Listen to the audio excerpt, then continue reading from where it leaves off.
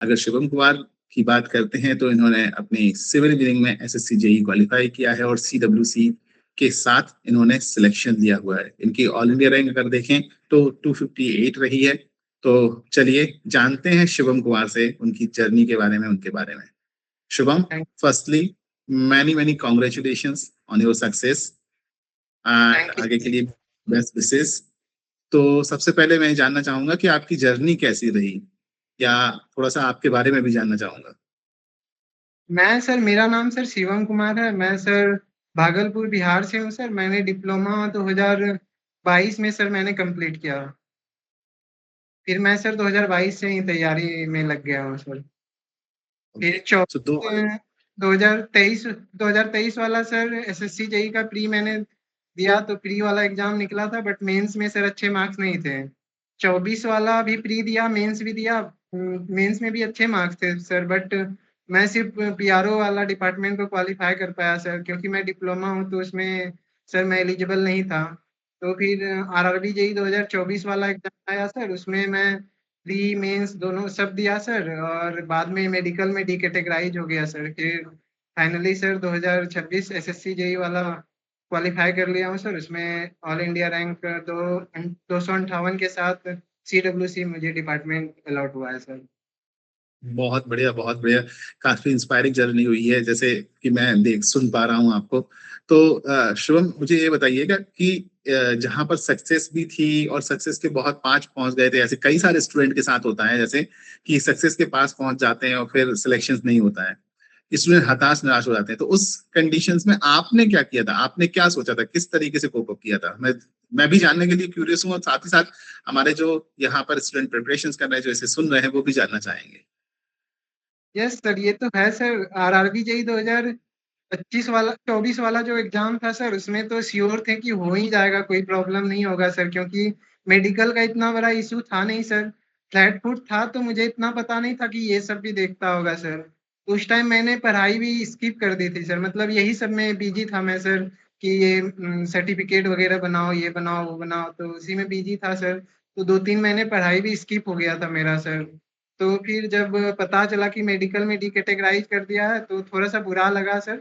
But आके sir एक अलग, मतलब एक अंदर में जोश भी था कि हाँ, आगे और कुछ अच्छा करना है इससे। ये मुझे बाहर किया है तो हाँ, इससे और कुछ अच्छा करना है। तो उस मोटिवेशन के साथ मैंने वापस सर आके आके घर तैयारी स्टार्ट कर दी सर।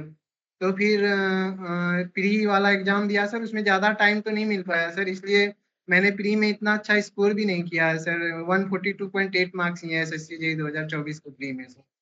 ओके। एक्सपेक्ट था कि बट 150 प्लस लाऊं सर, बट नहीं ला पाया था। बट मैं ये भी जानना चाहूंगा कि जैसे आपने बोला कि अंदर की आग जरूरी है ना? मतलब हाँ किसी भी सिलेक्शन को पाने के लिए अंदर की आग जरूरी है। तो मैं ये जानना चाहूंगा कि जैसे काफी सारे एग्जाम्स आप दे रहे थे, एसएससी भी दे रहे थे, आरआरबी भी दे रहे थे, और भी कई एग्जामिनेशन देते होंगे।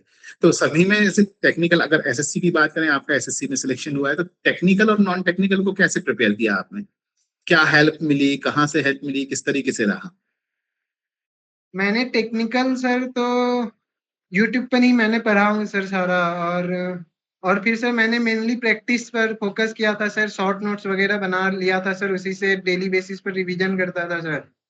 और टेस्ट वगैरह पे ज्यादा फोकस्ड था सर मैं अगर दिन भर में कुछ ना भी पढ़ पाऊँ किसी कारणवश, तो मैं टेस्ट एक जरूर दे देता सर था सर। और फिर जो मिस्टेक्स वगैरह होती थी उसे एक कॉपी में लिख लेता था सर, तो उससे भी डेली बेसिस पर रिवाइज करता था सर।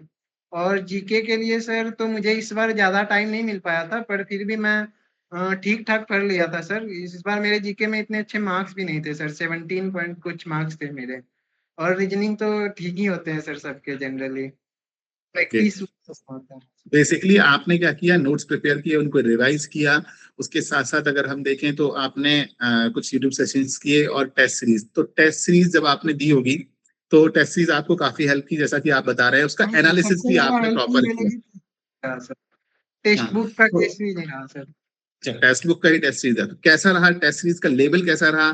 क्या बाकी स्टूडेंट जो यहाँ पर टेस्ट सीरीज लगा रहे हैं, और किस तरीके से, तो किस तरीके से हेल्पफुल रहा वो? थोड़ा सा डिटेल में बताना चाहेंगे? मैं ऐसा है कि सर बहुत सारे प्लेटफॉर्म पर टेस्ट दे दिया हूँ सर, बट मुझे सबसे अच्छा एग्जाम का इंटरफेस के लेवल पर सर, और एग्जाम के क्वेश्चन लेवल पे सर, मुझे सबसे अच्छा टेस्ट सीरीज टेक्स्ट बुक का ही लगा सर। मैं उससे अच्छे से रिलेट भी कर पाता हूँ सर। मैं उसे देना टेक्स्ट बुक के टेस्ट को देना बहुत ज़्यादा प्रेफ़र करता हूँ सर हमेशा। अगर वो ओके, खत्म हो जाए फिर कहीं देता हूँ सर। ऐसे पहले टेक्स्ट बुक के ही टेस्ट को सारा देकर ओके, अच्छे से उसे रिवाइज़ वग़ैरह कर लेता हूँ सर। ओके। तो मतलब जो आपने बताया कि जैसे उसके सॉल्यूशंस भी देखे, एनालिसिस भी किया, तो सॉल्यूशंस के बाद आपने और अपने नोट्स को इम्प्रूव किया। तो कहीं न कहीं वो नोट्स आपको हेल्पफुल रहे आपकी इस जर्नी मैंने में आगे बढ़ने मैं तो सर पहले वो कुछ ऐसे टॉपिक कुछ ऐसे चीज़ रहते थे जो कि मैं शॉर्ट नोट्स में अगर उसको अपडेट कर सकता था तो वहाँ कर देता था सर। अगर वहाँ नहीं कर सकता था, अगर स्पेस वग़ैरह की कमी रहती थी, तो मैं एक सर मिस्टेक बुक बना के रखा था, मिस्टेक नोटबुक बना के रखा था सर।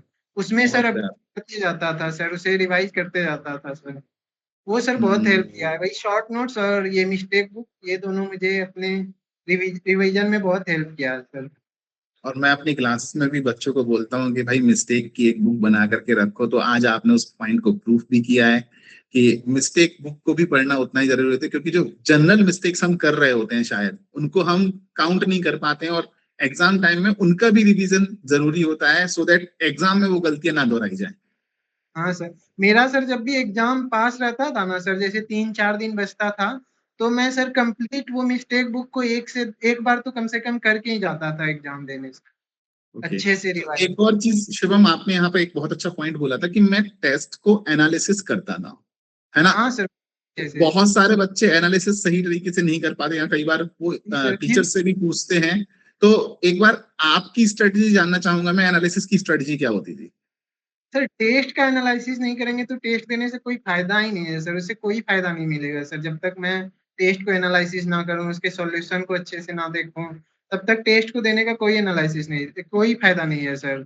इसलिए क्या मैं सर उन क्वेश्चंस एनालिसिस में उन क्वेश्चंस को भी देखते थे जो सही हो जाते थे, कि केवल गलत क्वेश्चंस ही?